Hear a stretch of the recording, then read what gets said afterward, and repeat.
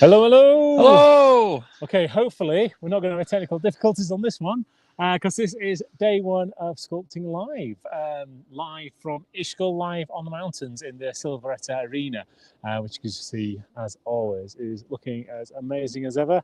Although, to be frank, the light's a little bit flat at the moment. But it's good round the back of here. Well, we'll tell them that in a minute. So what you guys missed is a snow pile that looks something like about this. Yeah, see, it's about this size. It's about yay high. Yeah, and that's what we started with this morning. That's what we actually showed you this morning. And actually, we had a lot of the sculptors up here as well. We saw Thomas, we saw Ivan, we saw Armin, we saw Lawrence, Simon. And the organisers, yes. Lorraine and Sandy, were all on the. They're all on the recording, which didn't record. Yeah. So you missed all that. But anyway, I'm sure we'll get some time with them a little bit later on as the week kind of goes by. Let me get rid of that error message, whatever that's saying.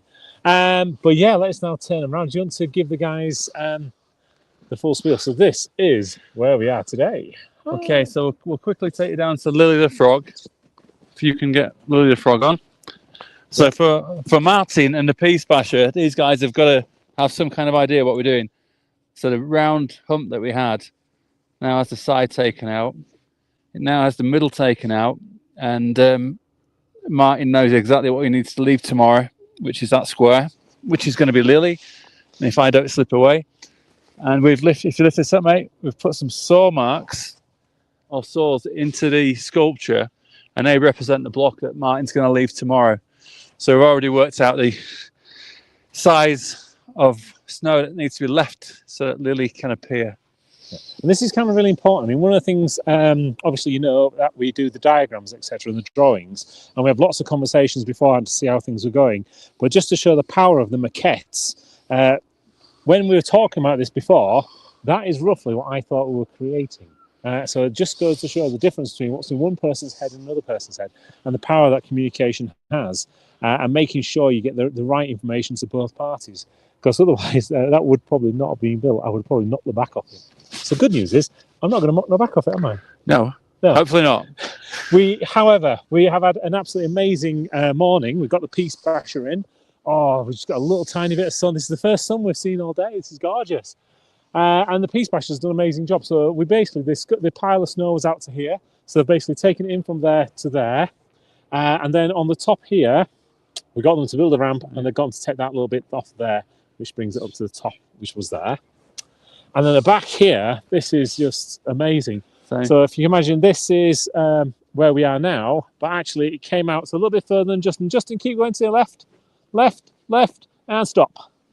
So that was pretty much how much the Peace Basher's done. So if you can imagine, if we had to do all of that by ourselves, that literally would have taken us, you know, best part half a day, maybe a full day. It's taken a day. Yeah, easily. This is what I've been bashing out for the last hour. Been busy. Oh, look at that gorgeous sun. Oh, look at the sun. It's there. It's amazing. You gotta love this thing. Oh yeah. Oh. Anyone know how to do those shadow animals? Maybe we could do some shadow animals. Not just yet. Yeah, so it's been an interesting day. Yeah, we started on the Sunday. We usually start on the Monday. The Italians, because they're Catholic, have decided they're not going to work on Sunday, but instead they're going to get drunk. This has got nothing to do with beer. Nothing to do with beer whatsoever. It's purely a religious thing. That's totally it. That's what they're telling us. So we decided to take advantage of today and get on with it. Yeah, and I think it does really well. I mean, we used 3 different Peace Bashers. The first guy that came did a good job to get some of the bits away, but then kind of didn't get the last idea on pulling the top of Lilly off, and that's a really, really meticulous piece. We had to stop him. Yeah, he was just coming in at all the wrong angles, and he was new to it. And although he could speak English extremely well, he just wasn't experienced. So an older guy could barely speak a word of English, knew what he was doing, gently carved all the edges away safely, and hopefully we'll start a sculpture. However, alas, I have to say there has been a casualty at this time. Somewhere buried in this snowfield is our pruning saw. Yeah, I'm not going to believe it. You're kidding me. It's bent. It's not that bad. It's not that bad. So we just spent about an hour digging for this thing because we thought it slid off because a boulder landed on it. Yeah. And obviously the boulder knocked it flat, and I've just noticed the corner of it as you've been talking about it. Oh my God! Oh, resurrection! That's what it is, saviour. Super. So this is actually Justin's favourite saw for snow sculpting for putting detail in. It's a rose pruning saw. It is, and I've had that since the start of my sculpting. What? 26 years. Something like that. Yeah. So I was a bit upset when that disappeared and we couldn't find it, and we did lose an hour trying to find it. But then we just said, well. But Yeah. Good news. Good news. That's unbelievable. I cannot believe we actually found that. And guys, we didn't plant it. I was just telling you because we thought it'd been smashed by the piece basher into smithereens because these guys come round and really do create this piece. But no, it's in one piece. It's there. I can't believe it. Oh my God. Well, I can't believe you're talking about it. Just as everything appeared. Yeah, that's pretty cool. I like that. So we got the piece basher to take this piece out, and then we had another guy that was finishing off at the top and managed to collar him on the way back, and we just got him to just tidy up around the bottom, which has kind of given us now the shape for Lily the Frog. So if I stand back right over here, yeah, right over there, yep, okay.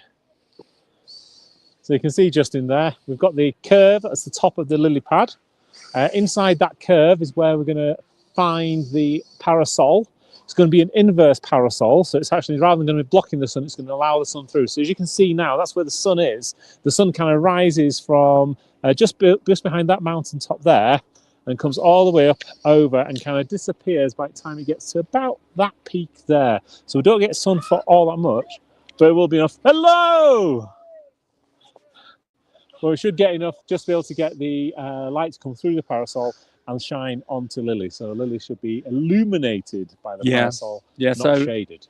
So obviously, I think we did say that this morning, but that's got by the by. So that we can't build a parasol out of snow with a stand. So the big wall at the back, we're going to make it thin up in one area, and then we're literally going to cut a parasol out, and so it's hollow. And then the gap that we make is going to almost become like a parasol window without the glass.